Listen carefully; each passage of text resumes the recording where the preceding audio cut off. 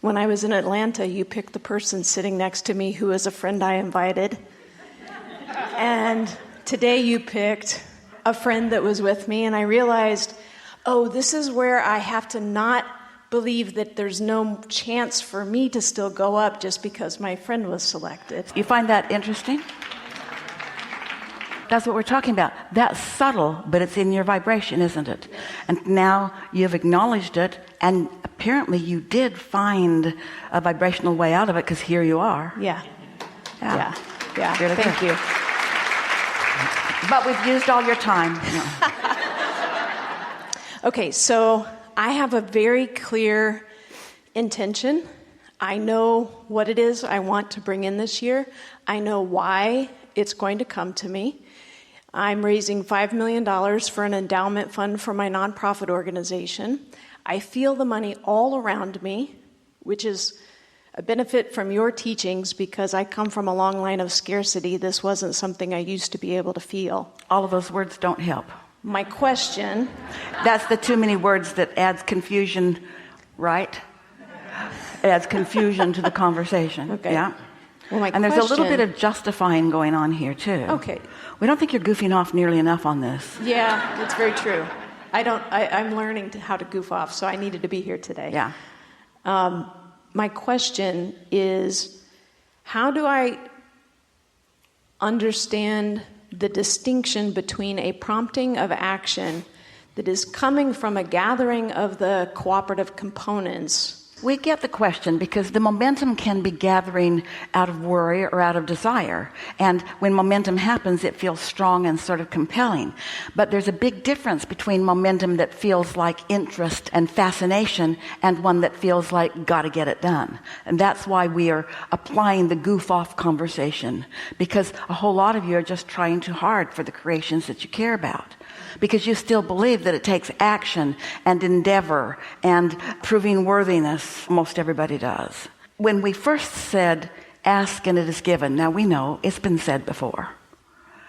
But we wrote a whole book about it, because when you ask, it is given. But you have to understand that it is given in vibrational form, which is the beginning of all things. You have to make the jump. You have to accept that it is already done and then stand in blissful anticipation of just how it's going to show up. You're behaving and speaking as if you're still trying to make it happen. It's already happened. How are you going to let yourself be the realizer of what has already happened? So then how would I undo a previous You don't have to pattern? undo anything. You don't have to undo anything, right? You don't have to stop thinking anything. You'd have to start thinking something else. So in previous versions of where I have raised that money before... That's the same question. Can you stand in your now, in your fresh now, and acknowledge that I asked and it was given and it's going to be fun watching it unfold? It's a big difference between I ask and Abraham said it's given, but I don't really know where it is, and so I need to make sure that I get in the right place at the right time, and I need to come to a seminar, I need to sit, and I need to be the one that gets in the seat, not just the one that sits next to the one that gets in the seat, and I need to get in the hot seat, and I need to be able to ask my question, and I need to really find out what it is that I'm supposed to do in order to make this thing that I really want. And when I get in the hot seat, I'm going to really justify to Abraham, because I think they're kind of tuned in. I think their source energy may be even kind of like infinite intelligence, maybe kind of. We're just tooting our own horn here. And so if I say the right things and do the right things, then maybe I'll be able to justify letting something in. And we say that is all working against yourself. So then the question is, well, how do I believe that something is coming? Well, just think about things and watch them come. Let the guy on television talk about peanut butter and apples right after you decided to eat one, which was not something that you do on a regular basis. Connect those dots. Hey, somebody knows something that's going on. Somebody apparently knew that was coming, knew that it had happened, knew that it was on Esther's recording, knew that Esther was doing this. She might enjoy seeing how clever we all are as we connect those dots. Well, that's going on endlessly for you. Esther's in a position where she expects it, she believes it, but the reason she believes it is because she's been deliberately intending, doing her best to find the frequency of it, and then noticing it when it comes. That's what you do. You don't proclaim your need to someone else thinking that they will facilitate you. You just express what you want. One of the questions that Esther asks herself, and we know a lot of you do, that's why we're talking about this. Esther's been saying lately, I do accept that the law of attraction is this real deal. And I know that my inner being is all over it. And I know that I'm blessed and that I can be or do or have anything. And then Esther will say, but my question is, what do I want to be or do or have? And our answer to her is, how do you want to feel while you're being? How do you want to feel while you're doing? How do you want to feel while you're having? And so she thinks, well, when I'm being, I want to feel happy. I want to feel flexible and free. I want to feel in tune. I want to feel a part of what's going on around me. I want to feel alive. I want to feel positively influential. That's how I want to feel. That's how I want to be. Well, how do you want to feel while you're wanting to do? Well, I want to feel enlivened. I want to feel eager about it. I want to feel full of myself. I want to feel proud, and I want to feel love and appreciation. Well, how do you want to feel in having something? I want to feel like part of it. I want to feel like the creator of it. I want to remember my first inclination of it and how it felt. And then I want to be in on somebody saying something and somebody saying something. In other words, I want to be able to connect the dots in the producing of this manifestation. You see, the emotion that you feel is a manifestation. So if you can forget everything about the organization and about what it's for and about all that stuff you said, all good. But just for a little while, forget about it. And instead of forgetting about it, say something else about it. And the something else that would be really helpful for you to say about it is, I am so interested in feeling the unfolding of this. We can say this to you better.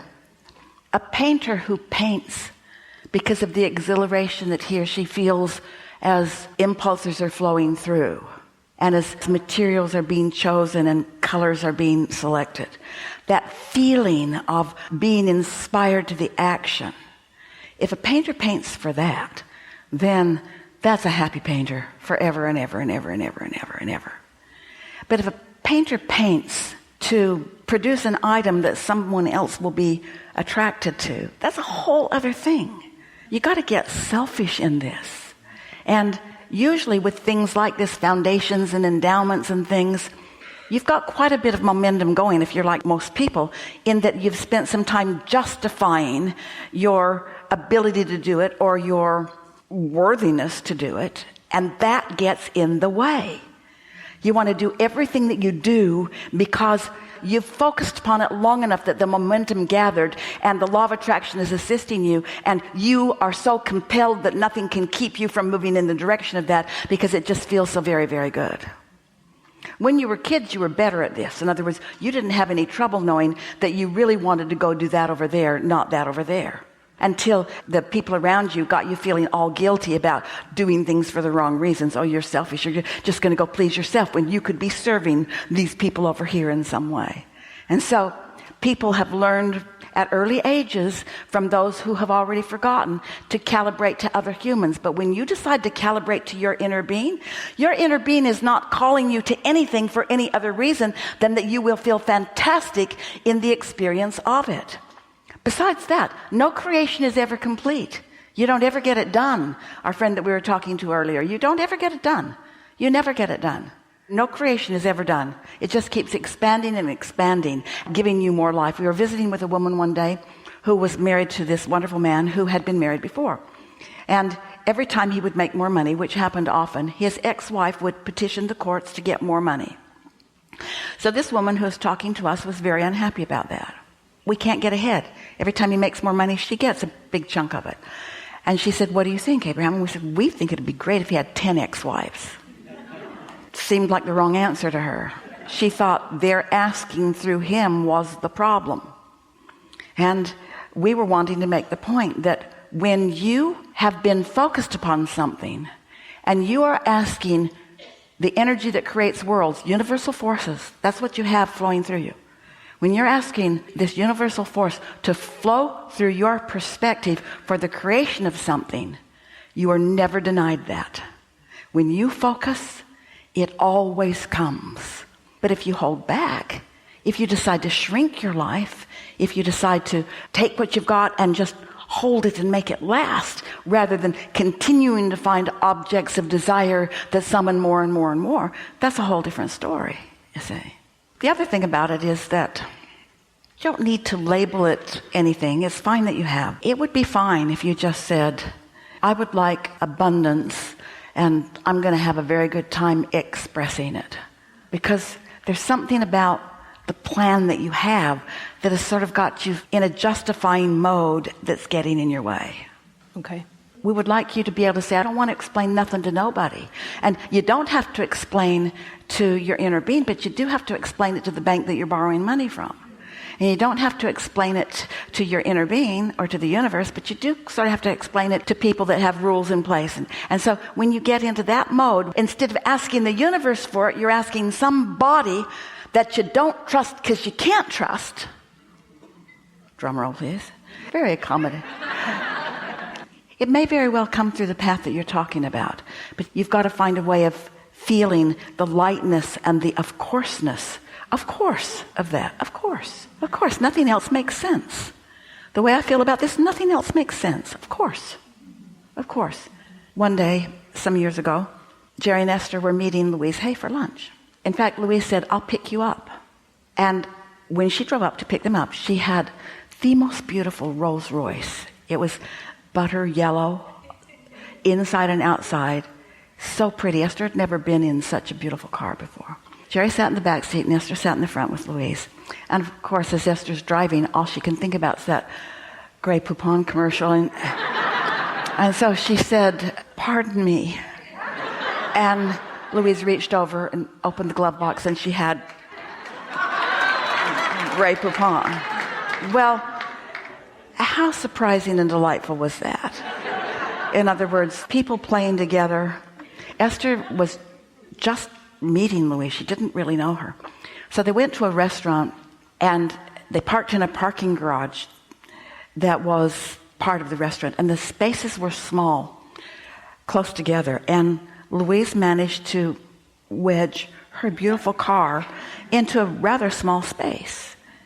And Esther was very careful getting out. So was Jerry. And Esther said, don't you worry about parking here in such a tight space? And she said, I expect people to love and respect my car like I do. And Esther thought, yeah.